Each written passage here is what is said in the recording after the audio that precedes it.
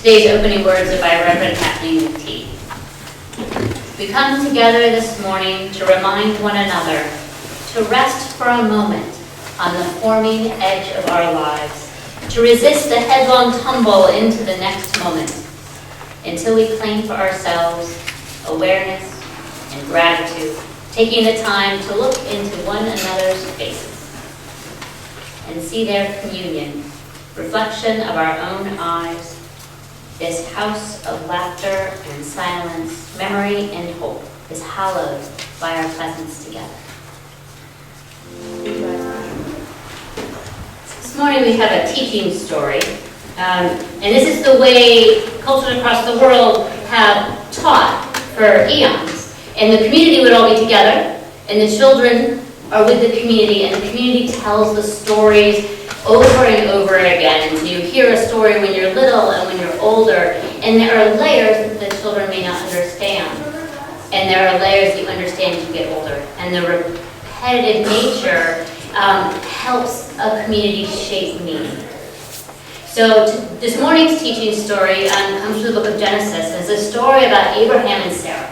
Abraham and Sarah lived long, long ago, before Jesus, before Moses parted the Red Sea, thousands of years ago in the desert. And Muslims, Christians, and Jews trace their heritage back to Abraham and Sarah, and they tell these stories. So imagine yourselves in the desert, in the darkness, with your community, listening to a story of your forefather and foremother. It was in the hot part of the day, and Abraham and Sarah were camped in the desert. Sarah was approaching 90, and Abraham was 100, and they had no children, so just them in their tents.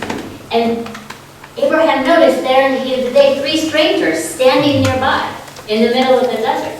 And so he said, come into the shade of my tent and let me serve you. And he went into the tent and he asked Sarah to prepare some bread, and he went and got some milk and cheese and brought them and fed these 3 strangers. And as the strangers were eating, they said, "Is your wife Sarah in the tent?" Abraham said, "Yes." And they said, "Your wife will conceive and bear you a son." Remember, Sarah was 90. If you were 90 and someone says you're going to bear a kid in the next year, Sarah laughed. And the 3 strangers said, "Does Sarah laugh?" Now Sarah, who began to get a little scared, denied it. But the strangers said, "Is nothing too hard for God?" And Sarah gave birth to Isaac. He laughs a year later.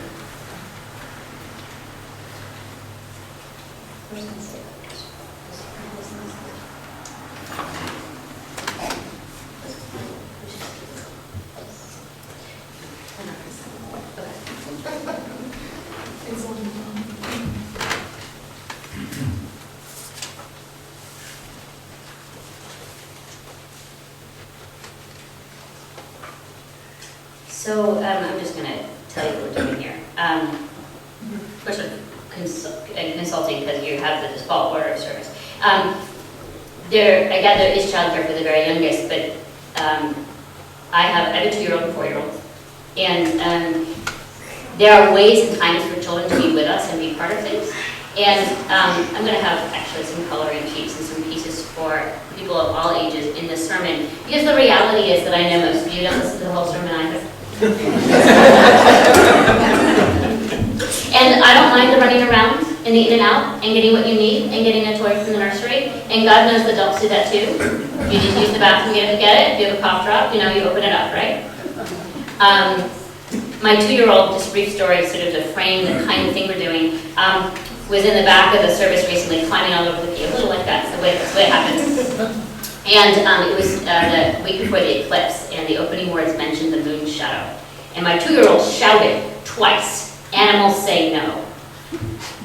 Nobody else except me and my spouse knew what was going on, but we had been reading a book where a ghost eats the moon, and the animals scare the ghost away from eating. So my child, my 2-year-old, is catching parts of the service. There is a way it sinks in if we can be patient with ourselves and each other and recognize that all of us catch some piece of the service and that takes us somewhere in our heads and we miss the next 2 paragraphs, and that's okay. The same thing is happening for our children.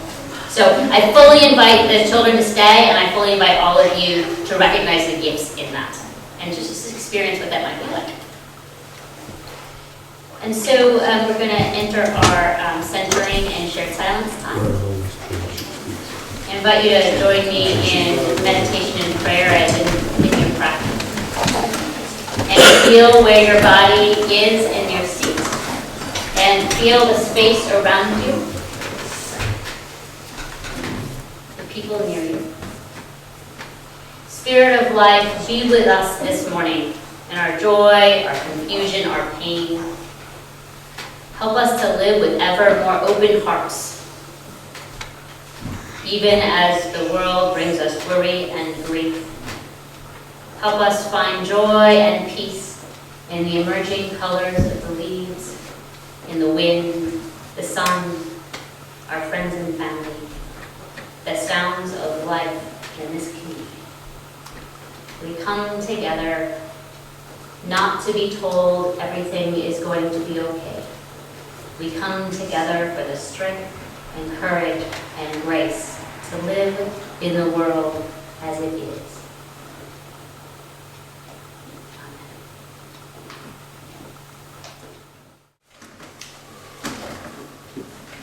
This morning's sermon is, I guess I call it Benedict's way of love. I'm talking about radical hospitality, and I'm going to connect that to St. Benedict.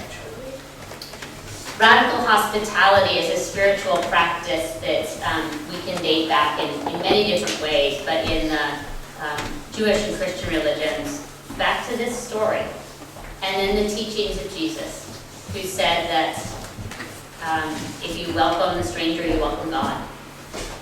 But this isn't also a story that appears all over the world. Strangers arrive in need of hospitality. Often in these stories, the rich people turn the strangers away, and it is the poorest who welcome them and give them everything they have. And then they discover it is the divine that has appeared to them, and the gods or goddesses reveal them and bless those who have offered them hospitality. You can find this story in so many ways. And this is the root of radical hospitality. The idea that the divine, the blessing we can't give ourselves, arrives as a stranger in need of us. The founder of the Benedictine tradition built on this Christian and Jewish foundation. St. Benedict lived 1,500 years ago in the crumbling Roman Empire. It was a time of constant war. You think of Roman Empire as like rigid and orderly and everything was fine. This is when it fell apart. And there were these shifting allegiances and different armies capturing cities and losing cities and trampling fields. People were unable to cultivate their land, and there were many years of famine, disease, and death. In the middle of that chaos, St. Benedict formed monasteries, and he wrote a rule to guide them. That rule is still used in Benedictine monasteries today. St. Benedict knew that people are imperfect, and he wrote his rule for imperfect people. He teaches we learn from each other, not only from each other's positive examples, but also by accepting and living with each other's imperfections. He saw that every person bore divinity. And his first monastery was in southern Italy near a major highway. So given the chaos, the looting, the refugees, it would have been understandable if he had protected his monasteries from guests. He did not. Based on the teachings of Jesus and referencing Matthew 25, he wrote in his rule that guests were to be received as if Christ were being received. And so imagine in this time of war, the difference the hospitality of a monastery might have made to a traveler. Life and death. And from this rule and this 1,500 years of Benedict, 15, hospitality, there's arisen a rich history of teaching of radical hospitality. And I visited a few of these monasteries, and I've read a little bit, and really just enough to know how much I don't know about living in a monastery. So I'm not going to focus on that experience, but on the experience that this has meant for me, and what difference it's made in my life to consider these teachings. This kind of hospitality starts in our own hearts. It starts with being centered in ourselves, in accepting and loving ourselves, in recognizing that there is a stranger in us. And if we could start to listen to and accept the parts of ourselves that are hard to accept, or we even fear, that that is a kind of hospitality, and prepares us to be open to others. This kind of hospitality moves among family and close friends. We know in some way that we're each deeply alone and cannot be truly known by someone else. And yet, we also know we are together and deeply known. It's a paradox. And so in these closest relationships, we can practice seeing one another's imperfections, seeing the divine in each other's eyes, and welcoming a stranger. The stranger appears when our beloved or best friend tells a story we've never heard. There's the stranger emerging in our children as they discover who they are. And children of all ages discover as we grow that there are ways we did not know our parents, and actually there's a stranger in them too. Hospitality then moves in our communities. The people we may not know as deeply, but with whom we share the time to have simple conversation, have a cup of coffee, shared silence, say, sometimes wordlessly, I see you, you're a blessing. It can be hard, though, to stretch hospitality beyond those circles. We live in a world where the nightly news reinforces the message that we should be afraid of strangers, afraid of those not like us, afraid of nearly everybody. This fear can keep us locked in narrow lives, restricting and limiting us, but it does not make us safer, for we are far more likely to be hurt by those we know. So our fears of the stranger serve more as barrier than as protection. And this is where this kind of hospitality, this spiritual practice of hospitality gets radical. It gets radical when we approach strangers despite the messages of fear. The teaching of radical hospitality is that the hospitality to the stranger can bring blessings even beyond those we find with friends, family, and community. When we are able to be present to a stranger, accept their humanity, listen, we offer a profound gift to them, and we receive one in return. Even the blessing of the divine. The moment at the bus stop, or in line at the grocery store, or waiting for an airport gate, or stopping to help someone pick up their dropped possessions. In these everyday moments, radical hospitality teaches we might find God in that ordinary stranger. And by looking for the divine in the strangers around us, we might experience the wonder and mystery of realizing God is always with us. This hospitality is offered with an open heart.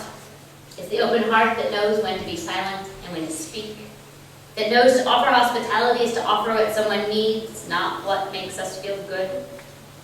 And while that might be a profound gift to another, it's a gift to ourselves, because opening our hearts offers us just as much. We let a new fear go, we let a new possibility in, an old preconception die, a new idea take root. To be vulnerable, to be hurt, to be rejected, to be moved by suffering. We risk being misunderstood, but we open ourselves to the possibility of connection and transformation. I recommend the book Radical Hospitality by Father Daniel Ullman and Lonnie Pratt. They write, "Hospitality enables you to joyfully make room for another inside your open heart. It stretches the brittle, tight heart. A closed heart can never relax, never allow you to enjoy another, to play, to relish the unguarded moment of surprise. It is always waiting for the other person to strike. Only the secure person can live with an open heart. To do so is a whole lot braver than it sounds. You become susceptible to all sorts of human oddities and strangeness. You will be misunderstood. You will be rejected. Doubts you could otherwise avoid will circle your feet. You will have to resolve the issue of whether or not the universe is a safe place. Only the brave keep the door ajar." When I first read this book, more than a decade ago, I saw my life in the warning of the closed-up heart. I'm an introvert, and while I can connect with those I know, I tend to move through the world wrapped up in my own thoughts. I confess most days I prefer the self-checkout line. I find getting my hair cut kind of arduous because I can handle the first few minutes of chit-chat, and then I get uncomfortable. So I started to try to change this. I quickly realized, though, this wasn't something to be achieved and checked off. One day I might crack my heart open a little bit further, and the next it clams up. Often I am blessed by a stranger who understands the open heart better than I do, and their hospitality to me opens my heart gently. And I have to say, it hasn't gotten any easier. I may have had more practice now, purposefully opening my heart to a stranger, and I have felt the blessing, but there is still that moment of hesitation, the moment I want to hold back, and the times I try or fail or say, maybe tomorrow. But I have learned the most about this kind of hospitality in church. Maybe because I have been most able to open my heart in places like this. In 2005, I moved to Ohio and began attending the UU Church of Akron. I'd been UU a long time, but I didn't know anyone in that congregation. I sat in the back, and because I didn't know anyone, I introduced myself to whoever was near me just by saying, "I haven't met you yet." I didn't know if they were a long time or new. When someone was new, I'd ask them, "What brought you here today?" And often would come out the story of a divorce, the death of a parent, the crisis with a teenager, or an existential philosophical crisis.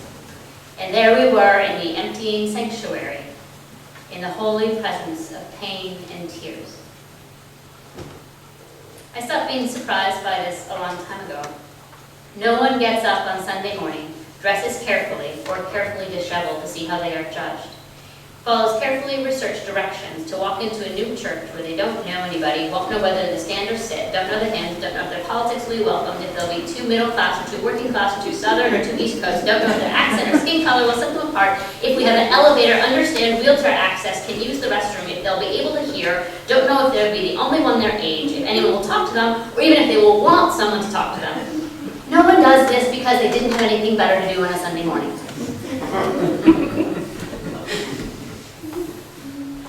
Often we talk about visitors in our congregations as our future members, our future leaders, our future committee chairs. All are possible. I also think visitors are our weekly presence of the divine, giving us the chance to open our hearts. The Holy sends us strangers drawn by needs they may not be able to express in vulnerable places in their lives, and gives us the chance to be vulnerable in return, in all our human awkwardness and fear of rejection. We get the chance to see the other with an open heart as they are in that moment. Welcome them whether they need us for one morning or a lifetime. We are given this weekly practice on Sunday mornings, I think, so that each day of the rest of the week we are more able to look into the eyes of a stranger and see the spark of the divine there.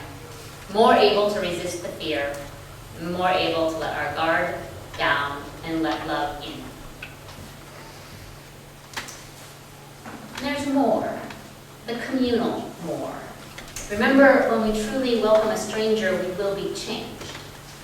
And newcomers test our willingness to be changed. Do we welcome new people with the implicit message, you are welcome here if you like what we like and don't try to change anything? Or do we throw open our doors and hearts knowing that each person will change us? They will bring gifts we did not expect, did not ask for, and may not want. They will bring new ideas and sometimes reject the wisdom of what we've always done. They will inadvertently disrespect something we have worked hard to achieve because they see with new eyes a different future. They may not want what we wanted for our children or what we want for ourselves, but will long for something foreign to us that hasn't even crossed our minds. Radical hospitality is welcoming all of this, knowing that these are all gifts from the holy to stretch our hearts, gifts to transform us. Often when I talk to congregations, they want to talk about how to grow, how to find more people, how to welcome them, how to keep them. If we have that conversation long enough, they often start to wonder if they want to grow and how big they want to get and what the wrong size would be. Deeper questions might be, are you ready to welcome anyone who needs you, who wants you, who declares this home? Are you ready to hold your own ideas about what you personally like about church, even what size church you like most, lightly, and be open to the possibility that the change you least expect will be the change that transforms you most? Can you let people who have not been here 15, 20, 25 years lead? And when they lead in a direction that those of you who have been here longer did not choose. Will you follow them and learn from them? Are you ready to live this spiritual practice of radical hospitality, not just as an individual spiritual practice, but as a communal one? These are not easy questions. They do not have simple answers.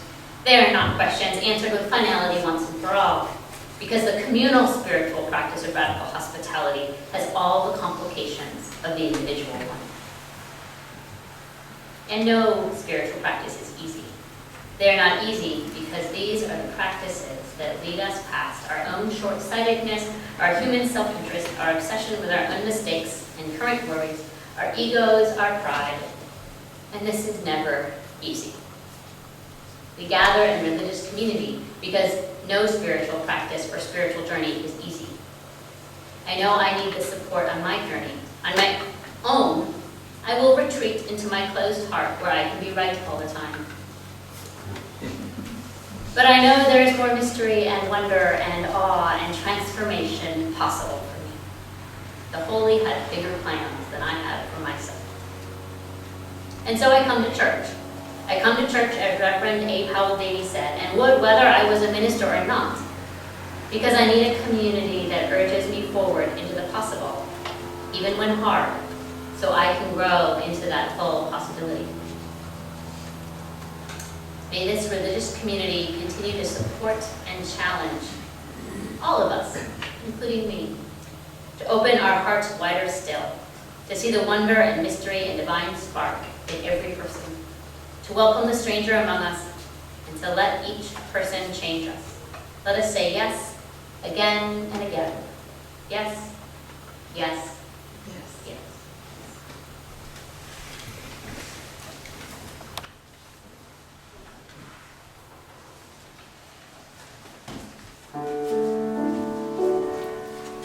So dark is the night, and narrow the way, though the tempest may rage and chill to the bone, still the promise is bright, like a beacon of light.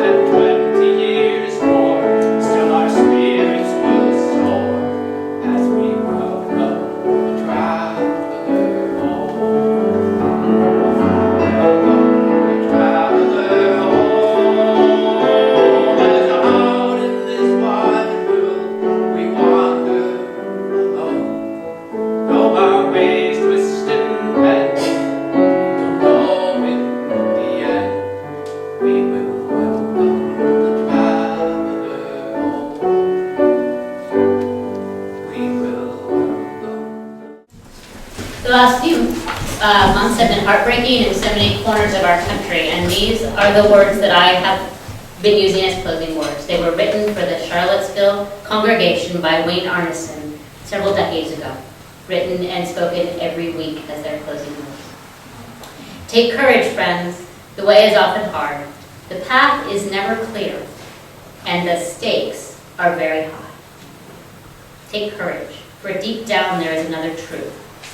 You are not alone. And so we'll extinguish our chalice. Take your hands or touch your elbows, whatever you're comfortable with. We extinguish the flame, but not the light of truth, the warmth of community, or the fire of commitment. These we bear in our hearts until we are together again. And let's be together. We got there in the end.